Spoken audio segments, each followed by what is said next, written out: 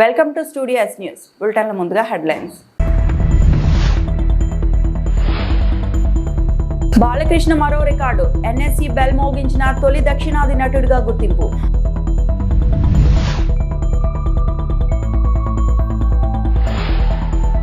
ఏపీలో అభివృద్ధిని చంద్రబాబు పరుగులు తీయిస్తున్నారు. తెలంగాణ మాజీ మంత్రి మల్లారెడ్డి.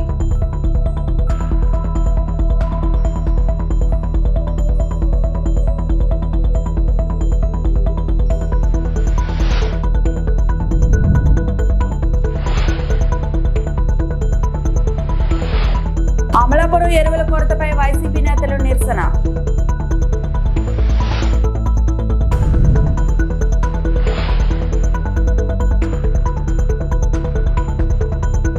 ప్రముఖ సినీ నటుడు నందమూరి బాలకృష్ణ ఖాతాలో మరో రికార్డు చేరింది. ముంబైలో నేషనల్ స్టాక్ ఎక్స్చేంజ్ బెల్ ను మోగించిన తొలి దక్షిణాది నటుడిగా నిలిచారు. అధికారుల ఆహ్వానం మేరకు ఎన్ఎస్సిని బాలకృష్ణ సందర్శించారు. వారి విజ్ఞప్తి మేరకు అక్కడ ఏర్పాటు చేసిన ఎన్ఎస్సి బెల్ ను మోగించారు. సంబంధిత ఫోటోలు, వీడియోలు నెట్టింట అందరినీ దృష్టిని ఆకర్షిస్తున్నాయి. ఈ గౌరవంపై బాలకృష్ణ అభిమానులు హర్షం వ్యక్తం చేస్తున్నారు. కొన్ని రోజుల క్రితమే ఆయనకు వరల్డ్ బుక్ ఆఫ్ రికార్డ్స్ లో చోటు దక్కిన సంగతి తెలిసిందే.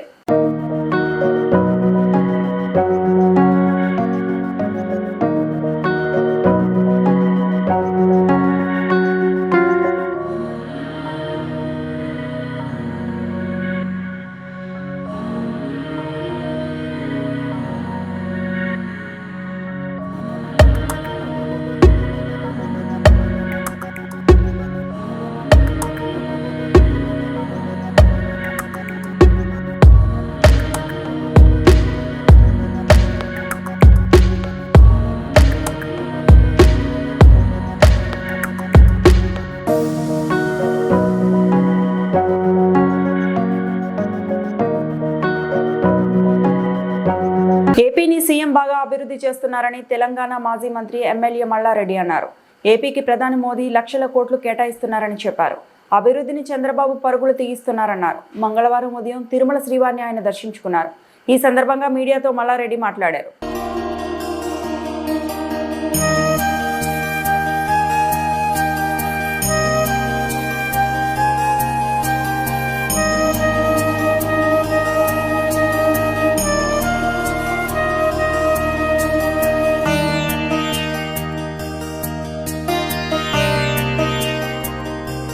నా బర్త్డే సందర్భంగా ఏడుకొండల వాడిని వెంకటేశ్వర స్వామిని ప్రతి సంవత్సరం కూడా దర్శనం చేసుకున్నా. ఈసారి కూడా దర్శనం చేసుకున్నా. ప్రతిసారి కూడా నా బర్త్డేకి వచ్చి నేను ఏది మొక్కినా నాకు ఆ భగవంతుడు కూడా అందిస్తున్నాను. లాస్ట్ టైం బర్త్డే నాడు వచ్చిపోయినా నాకు యూనివర్సిటీలు కావాలని చెప్పిన భగవంతుడు పెద్దగా 3 డీమ్డ్ యూనివర్సిటీలు ఇచ్చి దేశంలోనే ఫస్ట్ టైం 3 డీమ్డ్ యూనివర్సిటీలు రన్ చేస్తున్నా నేను ఒక్కడిని హైదరాబాద్లో. ఒక 50,000 మంది స్టూడెంట్స్ తోటి, ఒక 10,000 మంది టీచర్స్ తోటి. అదే మాదిరిగా రాజకీయంలో కూడా గత 84 సంది వస్తున్నా నేను ఎంపీ కావాలనుకున్నా. నేను అనుకోలే కూడా, దేవునికి మొక్కలే కూడా, కానీ ఎంపీ చేసిండు భగవంతుడు. మినిస్టర్ కూడా చేసేసిండు, మళ్ళీ ఇప్పుడు ఎమ్మెల్యే కూడా చేసిండు. ఇప్పుడు భగవంతుని ఏం కోరుకున్నా అంటే మళ్ళీ మా కేసీఆర్ సీఎం కావాలని. ఎందుకంటే ఆయన గత 10 సంవత్సరాలు దేశంలోనే ఒక చరిత్ర సృష్టించారు. ఒక ఆదర్శ రాష్ట్రంగా తీర్చిదిద్దింది భారతదేశంలో. తెలంగాణ అంటే ఒక అన్నపూర్ణ రాష్ట్రంగా తీర్చిదిద్దింది. మా కేటీఆర్ గారు కూడా 3 లక్షల ఉద్యోగాలు ఉండే ఐటీ పరిశ్రమలో 9 లక్షల ఉద్యోగాలు తీసుకున్నారు. ప్రపంచంలో ఉన్న మల్టీనేషనల్ కంపెనీలన్నీ కూడా మన హైదరాబాద్కి తీసుకొచ్చారు. రియల్ ఎస్టేట్ అయితే ఇండియాలోనే నంబర్ 1 ఉండే. అలాంటిది ఇప్పుడు చూస్తే అంత ఆగమాగము. రియల్ ఎస్టేట్ లేదు, ఎక్కడ కూడా పరిస్థితి బాగలేదు. ఒకనాడు ఆంధ్రలో అంతా అమ్ముకొని ఇప్పుడు హైదరాబాద్ ఇప్పుడు అంతా రివర్స్ అయిపోయింది. మళ్ళీ ఇప్పుడు ఆంధ్ర అంతా కూడా చంద్రబాబు నాయుడు చాలా బాగా చేస్తుంది. మోడీ కూడా చాలా పెద్ద ఎత్తున డెవలప్మెంట్ చేస్తుంది. ఇక్కడ లక్షల కోట్ల రూపాయలు కూడా ఇక్కడ అభివృద్ధికి ఇస్తుంది. ఇక్కడ ఉన్నది కూడా డెవలప్మెంట్ లేదు. ఫర్ క్యాపిటల్ ఇన్కమ్ ఉండే ఒక టాప్, అది కూడా మెల్లగా జారిపోతూ ఉంది. కాబట్టి అందుకే మళ్ళీ మా కేసీఆర్ వస్తే పాత రోజులు వస్తాయని. చిరంజీవి పవన్ కళ్యాణ్తో తన తల్లి కనకరత్నానికి ఉన్న అనుబంధాన్ని నిర్మాత అల్లు అరవింద్ గుర్తు చేసుకున్నారు. వృద్ధాప్య సమస్యలతో అల్లు కనకరత్నమ్మ ఇటీవల మరణించిన విషయం తెలిసిందే. ఆమె దశదిన కర్మను సోమవారం నిర్వహించారు. ఈ సందర్భంగా నిర్వహించిన ప్రెస్ మీట్ లో అరవింద్ పలు ఆసక్తికర విషయాలు పంచుకున్నారు. పవన్ కళ్యాణ్ సినిమాల్లోకి రావాలని ప్రోత్సహించిన వారిలో అమ్మ కూడా ఒకరు. కళ్యాణ్ చక్కగా ఉన్నాడు, తనతో ఒక సినిమా చేయాలి కదరా అని నాతో అనేవారు. చిరంజీవి అంటే మా అమ్మకి చాలా ఇష్టం. వారిద్దరూ ఎప్పుడూ కలిసినా ఒకరికొకరు ఆత్మీయంగా పలకరించుకునేవారు. ఒకసారి అమ్మ సీరియస్గా ఉన్నప్పుడు చిరంజీవి వచ్చారు. అప్పుడు తను మాట్లాడలేని పరిస్థితిలో ఉంది. అయినా కళ్ళు తెరిచి చిరంజీవితో ఏదో చెప్పాలని ప్రయత్నించింది అని అల్లు అరవింద్ తెలిపారు. కళ్యాణ్ బాబుకి ఉన్న ఆమెతో ఉన్న ఒక సంబంధం చెప్పాలి. ముందు కళ్యాణ్ బాబు గారి గురించి చెప్తాను. కళ్యాణ్ బాబు సినిమా యాక్టర్గా కాకముందు మామూలుగా ఖాళీగా ఉంటున్న రోజుల్లో ఆమె కళ్యాణ్ బాబుని కళ్యాణి అని పిలిచేది.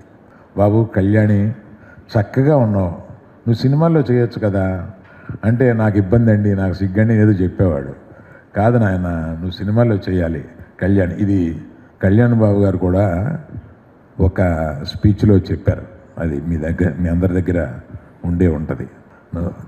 ఆయన్ని సినిమాల్లో చేయాలని చాలా ఎంకరేజ్ చేస్తూ నన్ను కూడా ఎరా చక్కగా ఉన్నాడు, కళ్యాణ్ని పెట్టు సినిమా చేయాలి కదరా అని ఇట్లాగా కళ్యాణ్ని ఎంకరేజ్ చేసిన తొలి ఎంకరేజ్మెంట్లో ఆవిడ. చిరంజీవి గారు ఎంతటి పెద్ద స్టార్ అయినా, ఎంత మెగాస్టార్ అయినా కుటుంబ సభ్యుల దగ్గర ఆయన ఎట్లా ఉంటారో మీ అందరికీ తెలియంది కాదు, కొత్త కాదు. ఒక రోజున అంటే few months back, 2-3 months back నేను రోజు ఆమెను చూడడం, ఆమెను పలకరించడం, ఆమె రెస్పాన్స్ తక్కువగా ఉన్న రోజున నేను చేతిలో చేయబెట్టి అమ్మ నన్ను గుర్తుపడితే ఒకసారి నొక్కు అంటే నొక్కేవాళ్ళు. అంటే నన్ను గుర్తుపట్టింది అనమాట. నోటితో చెప్పలేక అట్లాగా మేము అది అలవాటు చేసుకున్నాను. తర్వాత ఒకసారి బాగా సీరియస్గా ఉన్నప్పుడు చిరంజీవి గారు వచ్చారు. అమ్మ చిరంజీవి గారు వచ్చారు అని చెప్పి అమ్మ నేను చిరంజీవిని అని అంటే ఆమె కళ్ళు తెరిచి ఏదో చెప్పడానికి ప్రయత్నించింది ఆమె ఆతృతతోటి. అంటే చిరంజీవి గారు అంటే అంత ఇష్టం ఆవిడికి. ఎప్పుడు వాళ్ళిద్దరూ ఒకళ్ళని చూస్తే ఒకళ్ళు గట్టిగా కావలించుకొని పట్టుకుంటారు. మా తల్లిని అంత ప్రేమగా చూసుకున్నారు చిరంజీవి గారు. వాళ్ళిద్దరికీ అటువంటి సంబంధం ఉంది అని చెప్పి చెప్పడానికి ఇలాగ ప్రతి ఒక్క ఫ్యామిలీ మెంబర్స్ గురించి మనవలు పైకి వస్తున్నప్పుడు ఆవిడ చెప్పిన మాటలు కానీ ఇవన్నీ సుదీర్ఘం అయిపోతుందని చెప్పట్లేదు. అటువంటి తల్లి కడుపును పుట్టడానికి నేను ఒక గొప్ప అదృష్టవంతుడి కింద భావించి మీ అందరికీ నమస్కారం తెలియజేస్తాను. Thank you. అమలాపురం డివిజన్లో ఎరువుల బ్లాక్ మార్కెట్ పై వైఎస్ఆర్ కాంగ్రెస్ పార్టీ ఆధ్వర్యంలో నేతలు నిరసన చేశారు. యూరియా వంటి కీలక ఎరువులకు కృత్రిమ కొరత సృష్టించి బ్లాక్ మార్కెట్లో అధిక ధరలకు విక్రయిస్తున్నారని వైసీపీ నేతలు ఆగ్రహం వ్యక్తం చేశారు. రైతుల సమస్యలు పట్టించుకోవాలని డిమాండ్ చేస్తూ బట్నవెల్లి నుండి అమలాపురం ఎర్రవంతెన వరకు వైసీపీ నాయకులు కార్యకర్తలు భారీ ర్యాలీ నిర్వహించారు. అనంతరం అమలాపురం ఆర్డీఓ మాధవికి వినతి పత్రం సమర్పించారు.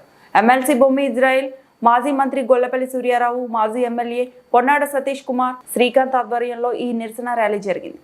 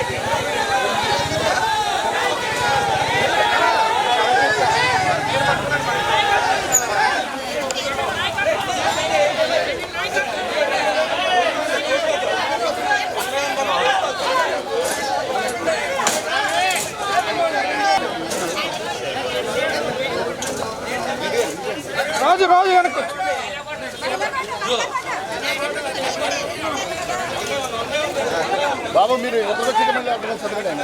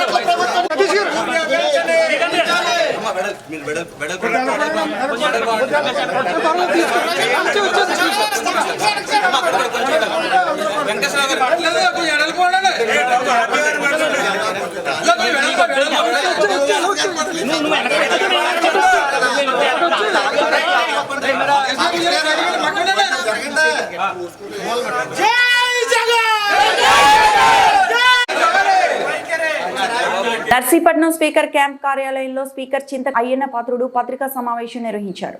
ఈ కార్యక్రమంలో తాండవ రిజర్వాయర్ చైర్మన్ కరక సత్యనారాయణ, గొలుగుంట మండల పార్టీ సీనియర్ నాయకులు అడగర నాని బాబు పాల్గొన్నారు. ఈ సందర్భంగా స్పీకర్ మాట్లాడుతూ సకాలంలో వర్షం పడటంతో ఎప్పుడూ లేని విధంగా రైతులు వరి నాటు వేసుకున్నారని తెలిపారు.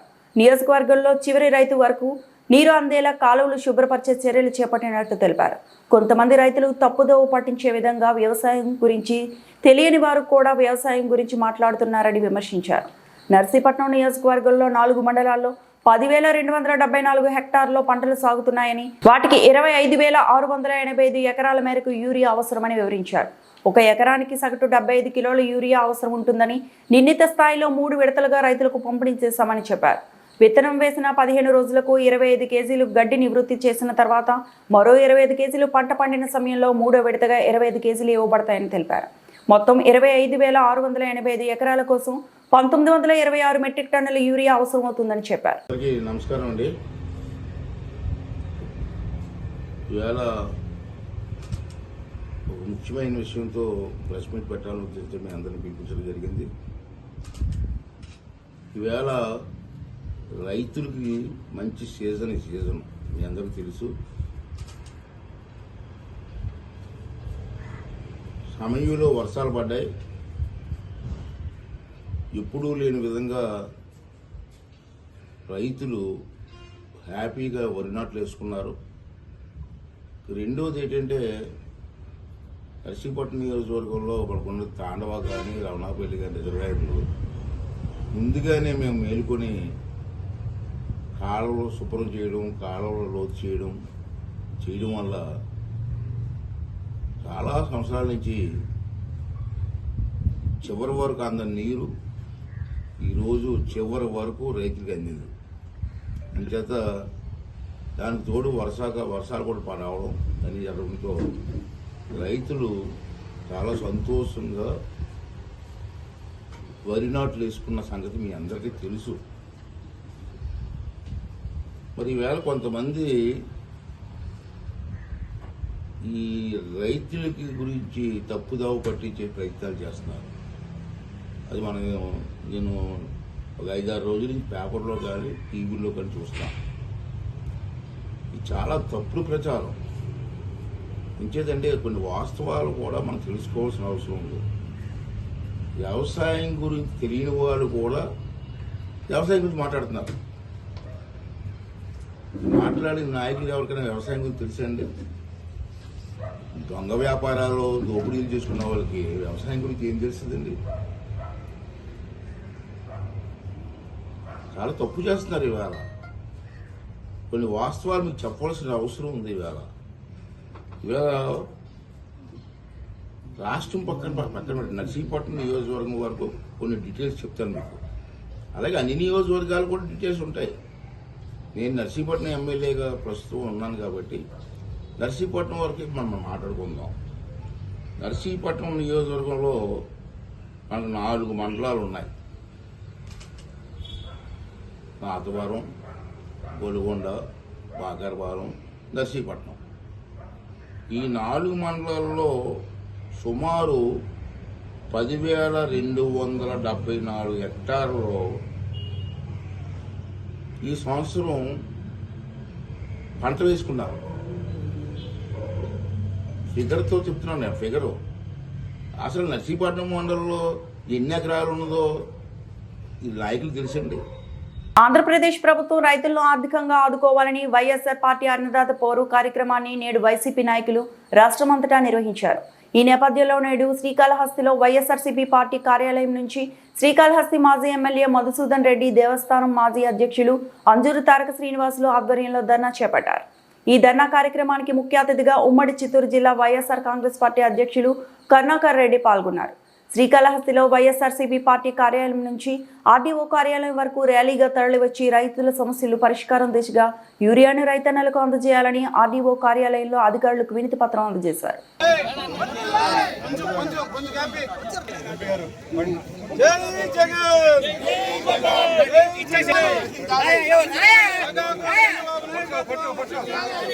రైతుల ద్రోహి చంద్రబాబు రక్షించాలి. రైతుల ద్రోహి చంద్రబాబు రక్షించాలి.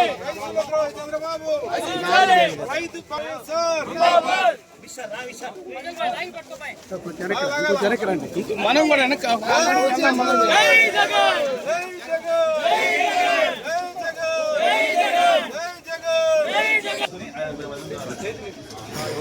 ఈ రాష్ట్రంలో రైతుల వ్యతలు అన్నీ ఇన్ని కావు, మీకు ప్రత్యేకంగా చెప్పవలసినటువంటి అవసరం లేదు. కానీ రాష్ట్ర వ్యాప్తంగా రైతులకు గిట్టుబాటు ధరలు లేకపోవటం ఒకటి, మరోవైపున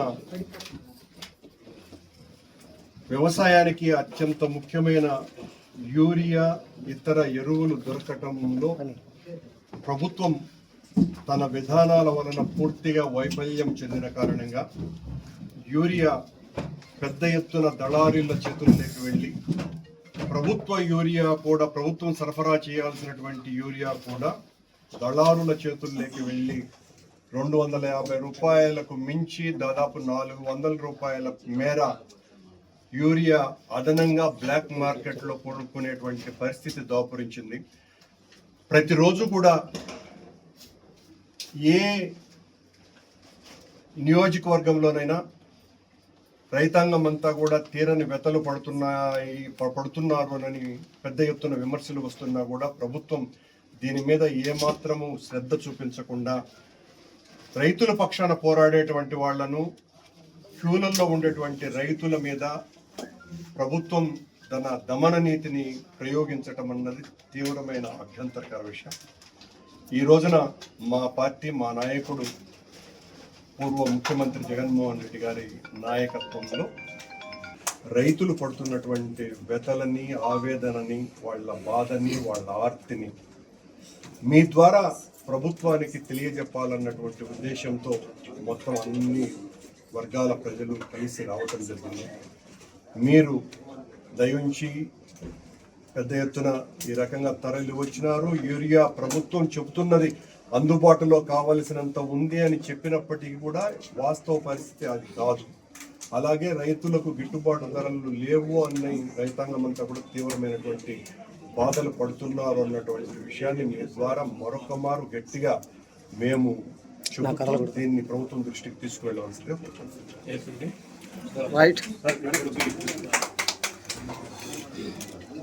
11 నెలలుగా పెండింగ్ లో ఉన్న ఇమాం మౌజన్ల గౌరవ వేతనాలను వెంటనే చెల్లించాలని డిమాండ్ చేస్తూ అంబేద్కర్ కోనసీమ జిల్లా కేంద్రం అమలాపురంలో జిల్లా కలెక్టర్ కార్యాలయం ఎదుట ముస్లిం నేతలు, జిల్లా మైనారిటీ సెల్ అధ్యక్షుడు షేక్ అబ్దుల్ ఖాదర్ ఆధ్వర్యంలో సోమవారం నిరసన కార్యక్రమం చేపట్టారు. ఈ సందర్భంగా ఆయన మీడియాతో మాట్లాడుతూ కూటమి ప్రభుత్వం అధికారం చేపట్టిన తర్వాత గత 11 నెలలుగా మత పెద్దలకు ఇచ్చే గౌరవ వేతనాలను ఇవ్వకుండా నిలుపుదల చేశారని అన్నారు. జగన్ హయాంలో ఎప్పుడూ ఇలా జరగలేదని పేర్కొన్నారు. కూటమి ప్రభుత్వం మైనారిటీలను ఏమాత్రం పట్టించుకోవటం లేదని ఆవేదన వ్యక్తం చేశారు. ఇప్పటికైనా నేతలు మేల్కొని ఇమాం మౌజన్ల గౌరవ వేతనాలను వెంటనే చెల్లించాలని డిమాండ్ చేశారు. తదుపరి కలెక్టర్ కార్యాలయం నందు వినతి పత్రం అందజేశారు. ఈ కార్యక్రమంలో రాజోలు, అమలాపురం పట్టణ్, P Gannavaram, Mummidivaram, Kothapeta minority cell అధ్యక్షులు షరీఫ్, కాజాబాబు, అన్వర్, తాహిర్ తదితరులు పాల్గొన్నారు.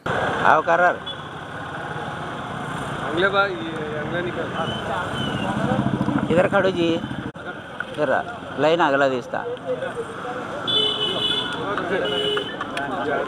ఇమాం మౌజన్ల గౌరవ వేతనాలు వెంటనే చెల్లించాలి. ఆంధ్ర రాష్ట్రంలోని ఇమాం మౌజన్ల వేతనాలు వెంటనే చెల్లించాలి. ఇమాం మౌజన్ల గౌరవ వేతనాలు వెంటనే చెల్లించాలి. ఇమాం మౌజన్ల గౌరవ వేతనాలు వెంటనే చెల్లించాలి. ఇమాం మౌజన్ల గౌరవ వేతనాలు వెంటనే చెల్లించాలి. ఆంధ్ర రాష్ట్రంలోని ఇమాం మౌజన్ల గౌరవ వేతనాలు వెంటనే చెల్లించాలి. రాష్ట్ర వ్యాప్తంగా మైనార్టీలు ధర్నా కార్యక్రమాలు, అలాగే జిల్లా హెడ్ క్వార్టర్స్లో కలెక్టర్ గారికి ఇమాం మౌజన్ల మీద, వారి గౌరవ వేతనాల మీద రిప్రజెంటేషన్ ఇమ్మన్న కారణంగా మేము వచ్చి సదరు గౌరవనీయులైన కలెక్టర్ గారికి వినతి పత్రం సమర్పించాం. సోదరులారా, ఏంటంటే సమస్య, కూటమి ప్రభుత్వం అధికారులు చేపట్టిన తర్వాత 11 నెలల నుంచి పాపం వాళ్ళు ఇమాములు మౌజన్లకి అంటే మసీదులకి ఖిద్మత్ చేయడం అంటారు. ఖిద్మత్ చేసే వాళ్ళకి మత గురువులు వాళ్ళకి పాపం ఏమీ లేని వాళ్ళకి గౌరవ వేతనం ఇచ్చి జగన్మోహన్ రెడ్డి గారు ఒక్క నయా పైసా కూడా బకాయికి లేకుండా ఇచ్చి వెళ్ళారు. కూటమి ప్రభుత్వం వచ్చిన తర్వాత వాళ్ళకి ఇప్పటివరకు 11 నెలల బకాయిలు, ఎప్పుడైతే ఎలక్షన్స్కి 3 నెలలతో కలిపి జనవరి నుంచి సెప్టెంబర్ వరకు ఇవాళ వరకు మొత్తం 8 + 3 11 నెలల బకాయిలు ఉన్నాయి. వీరు అధికారంలో రావడానికి ముస్లిమ్స్కి మొహమ్మదీయులకి ఎన్నో రకాల వాగ్దానాలు చేశారు. మేము వస్తే మీకు అన్నీ చేస్తాం, ఇది చేస్తాం, అది చేస్తామని ఏదీ చేయలేదు ఇప్పటి వరకు ముస్లిమ్స్కి. ఆ రోజు రాజశేఖర్ రెడ్డి గారు 4% రిజర్వేషన్స్ ఇచ్చి మైనార్టీలను గుర్తించి వారి ఆర్థిక సామాజిక రంగాల్లో వారు పురోభివృద్ధికి పాటుపడ్డారు. ఆ రోజుల్లో 13,000 మంది ముస్లిం విద్యార్థులు ఎంబీబీఎస్ అయితే ఎంబీఏ అయితే ఇంజనీరింగ్ అయితే ఎంతోమంది చదువుకున్నారు, చేయూతనిచ్చారు. అలాగే జగన్మోహన్ రెడ్డి గారు వచ్చిన తర్వాత ప్రతి విద్యార్థికి ప్రతి ఆడపడుచుకి ముస్లిం ఆడపడుచులకి రకరకాల సౌకర్యాలు కలుగజేసి అమ్మ ఒడిలో కానీ విద్యా దీవెనలో కానీ వీళ్ళ పట్టాల్లో కానీ మొత్తం వారు అన్ని పథకాల్లో కలిపి మైనార్టీలకి ఏకంగా 26,000 కోట్లు వారు దిగే నాటికి మైనార్టీలు ఖర్చు చేసిన ఘనత జగన్మోహన్ రెడ్డి గారిది.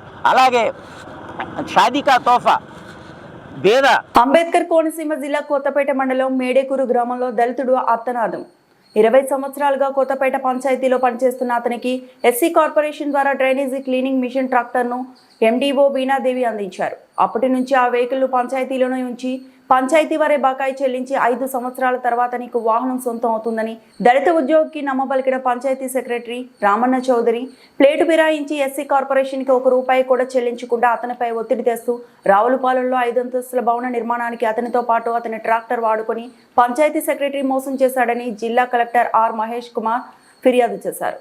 ఎస్సీ కార్పొరేషన్ లోన్ బకాయి చెల్లించాలని తనపై తీవ్ర ఒత్తిడి చేస్తున్నారని, వేధింపులు తాళలేక జిల్లా ఎస్పీకి కలెక్టర్కు ఫిర్యాదు చేశారని బాధితులు చెబుతున్నాడు. మాది కొత్తపేట మండలం అండి, మూడేకూరు శివారు అంతేవరపేట అండి. గ్రామ కాపస్టుని ఎస్సీ మాల కొలస్టండి అండి. నేను కొత్తపేట పంచాయతీలో 20 సంవత్సరాల నుంచి చేస్తున్నానండి.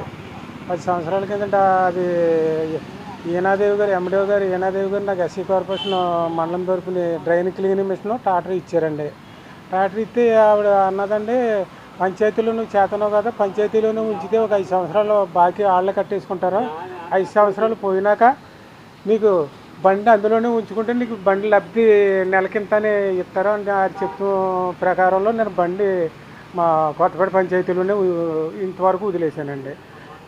అప్పుడు గ్రామ పంచాయతీ సెక్రటరీ గారు రావణ చౌదరి గారు ఉండేవారండి. రావణ చౌదరి గారు ఉంటే రావణ చౌదరి గారిని ఎవరిని ఇలాగ ఎస్సీ కార్పొరేషన్ వాళ్ళు బాకీకి వస్తున్నారని అంటే నేను కడతాను నీకు ఎందుకని నన్ను గదాయించేవారండి. కదంతే ఆర్డీ ఒత్తిడిగా అడుగుతుంటే నన్ను మార్పించేసి పక్కన పెట్టేవారండి. నేను అలాగే ఎంతకాలం అలాగే భరించుకుంటూ వచ్చానండి. మళ్ళీ ఒక 2 నెలలు నన్ను ఇబ్బంది పెట్టగా ఆరికి బిల్డింగ్ కట్టుకోవడానికి పని వస్తే నువ్వు రావాయని మళ్ళీ నన్ను నెట్టుకునండి. అపార్ట్మెంట్ రావులపాలెండి 5 స్టేర్ల అపార్ట్మెంట్ నా చేత మా 4 చేత టాటర్లు అన్నీ కూడా 6 అక్కడ పని చేయించుకుని మమ్మల్ని ఏదన్నా అడిగితే ఇబ్బంది పెట్టేటువంటి ఎస్సీ కార్పొరేషన్కి ఇంతవరకు ₹1 చెల్లించలేదండి. ఎస్సీ కార్పొరేషన్ వాళ్ళు వచ్చిందండి నువ్వు అప్పు కట్టాలని నన్ను వేధించేస్తున్నారండి. 13,20,000 కట్టాలండి. పంచాయతీ చూస్తేనే పంచాయతీ బండి తిప్పుకుంటుందండి. పంచాయతీ వాళ్ళు అడిగితే మాకు సంబంధం లేదని సెక్రటరీ గారు అది అంటున్నారండి. నాకు న్యాయం చేయకుండా ఎస్పీ గారికి పెట్టానండి, కలెక్టర్ గారికి అప్పుడు ఇది 4వ పెట్టానండి, ఎండిఓ గారికి పెట్టానండి, డిపో గారికి పెట్టానండి. నాకు న్యాయం చేకూర్చాలని నాకు ఏ న్యాయం జరుగుతలేదు. నాకు న్యాయం చేకూర్చి నాకు ఆ అప్పు కట్టి. నర్సీపట్నం మున్సిపాలిటీ పాత బస్టాండ్ సమీపంలో మంగళవారం తెల్లవారుజామున ఒక పురాతన భవనం కూలిపోయింది. ఆ సమయంలో భవనంలో ఎవరూ లేకపోవడంతో ప్రమాదం తప్పింది. సమాచారం అందుకున్న పోలీసులు ఘటనా స్థలానికి చేరుకొని చర్యలు చేపట్టారు. మున్సిపల్ సిబ్బందితో కలిసి భవనాల శకలాలను తొలగించే ప్రక్రియ మొదలుపెట్టారు. పురాతన భవనాల పట్ల మున్సిపల్ అధికారులు ప్రత్యేక దృష్టి పెట్టాలని ప్రజలు కోరుతున్నారు. అన్నదమ్ముల గొడవల వలన భవనం శిథిలావస్థకు చేరిన భవనం, వారాహి ఫుట్వేర్పై విరిగి పడిన 2 అంతస్తుల భవనం, నష్టపోయిన చెప్పుల షాపు యజమాని. పడిపోలేమంది అని చెప్పేసి అర్థం చేసుకోమంది ఇంకేం చెప్తాం చేయమని చెప్పండి చేయమని చెప్తా ముందు బాగా ముందు పడిపోలేమంది ముందు బాగా కొట్టండి అని చెప్పుకుంటాం వచ్చినండి బాగా కొట్టాలి మరి అర్థాలు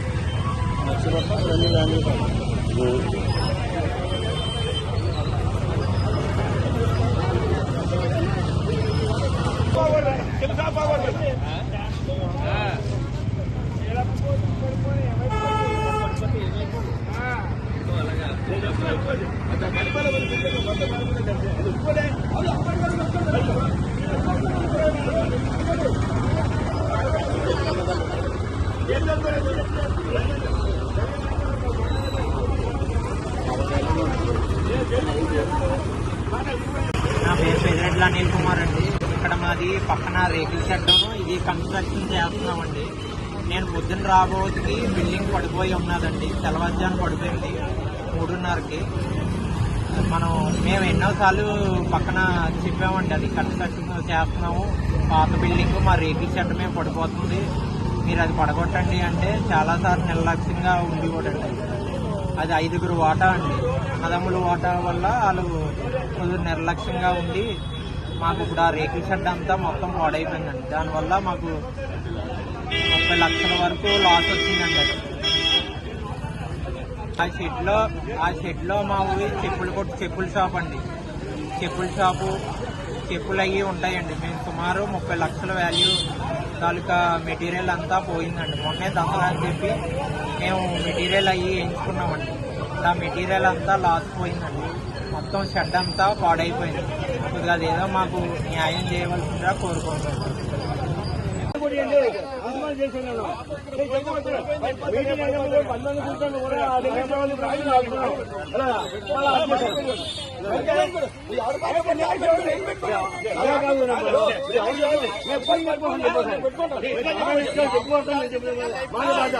ఫైలప్లకండి వారాహి గారి చెప్పుల షాప్ అండి. మాది స్థలం రెంట్కి తీసుకొని మేమే దిగ్గొట్టించుకొని మేమే పెట్టుబడి పెట్టుకొని చెప్పుల షాప్ పెట్టుకున్నామండి. పక్క బిల్డింగ్ వాళ్ళు సగం కట్టేసి వదిలేసారండి. వదిలేస్తే అది ఈ రేకుల షెడ్ మీద పడిపోయి శుభ్రం కూలిపోయిందండి.